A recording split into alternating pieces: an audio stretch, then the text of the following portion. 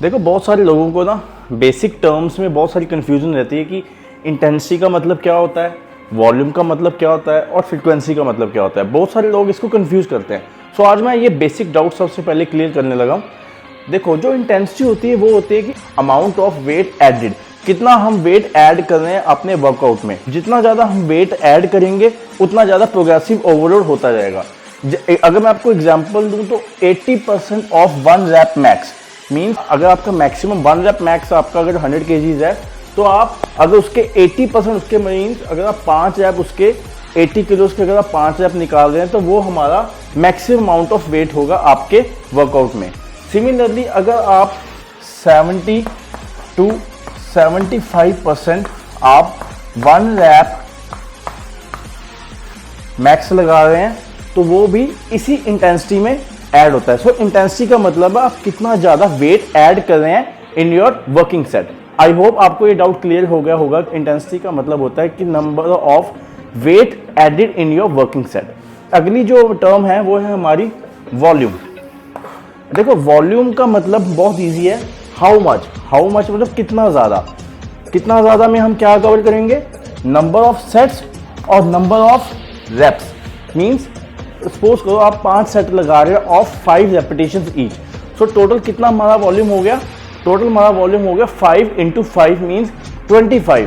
So volume का मतलब होता है number of sets and number of repetitions.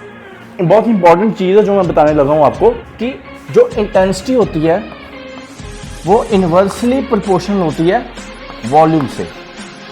Because अगर इंटेंसिटी ज़्यादा होगी तो वॉल्यूम हमेशा कम होगा। कहने का ये मतलब कि जितना आप ज़्यादा हैवी वेट उठाएंगे तो उतना ज़्यादा आप नंबर ऑफ रेपिटेशंस नहीं लगा सकते और आपके नंबर ऑफ सेट्स भी जो होंगे वो भी ड्रॉप होंगे। सो अगर सिमिलरली अगर आपका वॉल्यूम ज़्यादा होगा, अगर आपके नंबर ऑफ रेपिटेशंस और नंबर ऑफ सेट्स ज़्यादा होंगे तो आपका इंटेंसिटी ड्रॉप होगी। सो इंटेंसिटी और वॉल्यूम इन्वर्सली प्रोपोर्शनल है। सो तीसरे नंबर पे जो लास्ट आता है हमारा frequency. As the name suggest, frequency का मतलब होता है कि how many times you train same body part in a week. Means suppose अगर आप चेस्ट लगा रहे हैं तो एक हफ्ते में आप उसको कितनी बारी ट्रेन कर रहे हैं, मतलब कितनी बारी रिपीट कर रहे हैं। सपोज अगर आप उसको 2 बारी रिपीट कर रहे हैं चेस्ट को तो एक हफ्ते में चेस्ट की फ्रीक्वेंसी हो गई 2 टाइम्स। इसी सिमिलरली किसी भी बॉडी पार्ट को ये हम फ्रीक्वेंसी को हम ज़्यादातर हम तब यूज़ करते हैं जब हमारा कोई बॉडी पार्ट लैगिंग हो या कोई वीक बॉडी पार्ट हो जो हमारा ग्रो नहीं कर रहा है। जैसे कि हम बोल सकते हैं हमारे लेग्स हो गए या फिर हमारा बाइसेप्स हो गया या ट्राइसेप्स हो गया, कोई भी मसल हो सकता है, वो इंडिविजुअल पे डिपेंड करता है। सो आई होप आपको ये सारी टर्म्स क्लियर हो गई होंगी।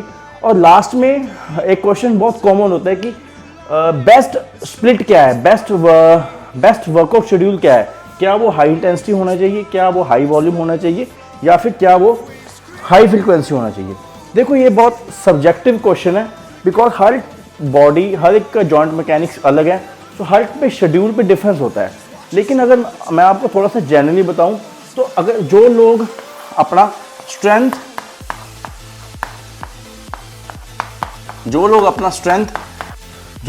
स्ट्रेंथ पे थोड़ा फोकस करना चाहते हैं कि वो चाहते हैं कि हाइपरट्रॉफी हो और लेकिन उनकी स्ट्रेंथ थोड़ा ज़्यादा अच्छी इंप्रूव करे जिम में, तो वो हाई इंटेंसिटी वर्कआउट कर सकते हैं। और मैं आपको ये एक बात ये भी बता सकता हूँ कि जो बॉडी बिल्डर्स हैं जो थोड़ा एक अच्छा ग्रेनी लुक, एक शार्प, एक डिफाइंड ग्रेनी लुक दे के आना चाहते हैं तो वो हमेशा हैवी ट्रेनिंग करते हैं। बिकॉज हैवी ट्रेनिंग से जो बॉडी के मसल्स होते हैं वो एक अलग लेवल पे डिफाइन होते हैं, मतलब मीन्स एक अलग लुक आता है जब भी हम हैवी ट्रेन करते हैं। इसमें ये भी है कि एक इसकी ड्रॉबैक भी, नेगेटिव साइड भी है कि जितना ज़्यादा आप हैवी ट्रेन करेंगे उतना ज़्यादा आपको इंजरी के चांसेस भी ज़्यादा होंगे। सो ये थोड़ा सा आप पे डिपेंड है कि आप कैसे ट्रेन करना चाहते हैं। तो दूसरा है वॉल्यूम में वो आता है कि जो आप नंबर ऑफ सेट्स अगर आप इंक्रीज कर रहे हैं तो अगर आप चाहते हैं कि आपका वेट, आपका डिफाइन लुक हो, मोर कट्स नजर आए आपकी बॉडी में, डिफाइन लुक हो, तो तब आप हाई वॉल्यूम वर्कआउट कर सकते हैं। हाई वॉल्यूम में आपका वेट जो है जो आपका वेट होगा वो कम होगा। इसमें आपके रेपिटेशंस और आपके नंबर ऑफ सेट्स ज़्यादा होंगे जिससे आपका मोर डिफाइन लुक, ये हाइपरट्रॉफी के लिए एक बहुत अच्छा प्लेटफॉर्म है। तीसरे नंबर पे आता है फ्रीक्वेंसी।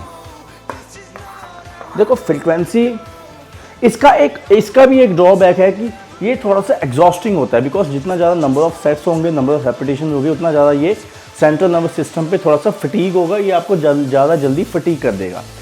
सो ये भी इंडिविजुअल टू इंडिविजुअल मैटर करता है कि आपको कौन सा वर्कआउट करना है। तीसरे नंबर पे आता है हमारा फ्रीक्वेंसी।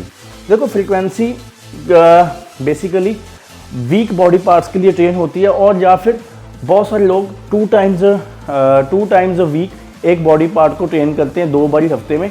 सो अगर आप चाहते हैं कि अगर आपकी रिकवरी अच्छी है, अगर आपकी डाइट अच्छी है, ऑन पॉइंट है, अगर आपके स्ट्रेस लेवल्स कम है, तो तब आप डेफिनेटली हाई फ्रिक्वेंसी वर्कआउट आप कर सकते हैं। बिकॉज ये सारी चीज़ें आपके लाइफस्टाइल पे भी डिपेंड करती हैं।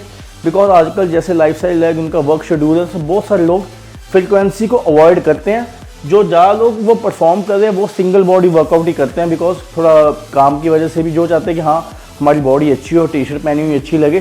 सो उनके लिए जो बेटर होगा वो होगा 1 सिंगल बॉडी पार्ट पर वीक, बिकॉज इससे आपका ज़्यादा फटीग भी नहीं होता है और आपका इंटेंसिटी भी कवर हो जाती है और थोड़ा सा आपका वॉल्यूम आ जाता है। आई होप ये सारे डाउट आपको क्लियर हो गए होंगे। So if you like this video please subscribe my channel, and मैं और अच्छी वीडियोज़ आके लेके आता रहूँगा। Follow for more. Thank you.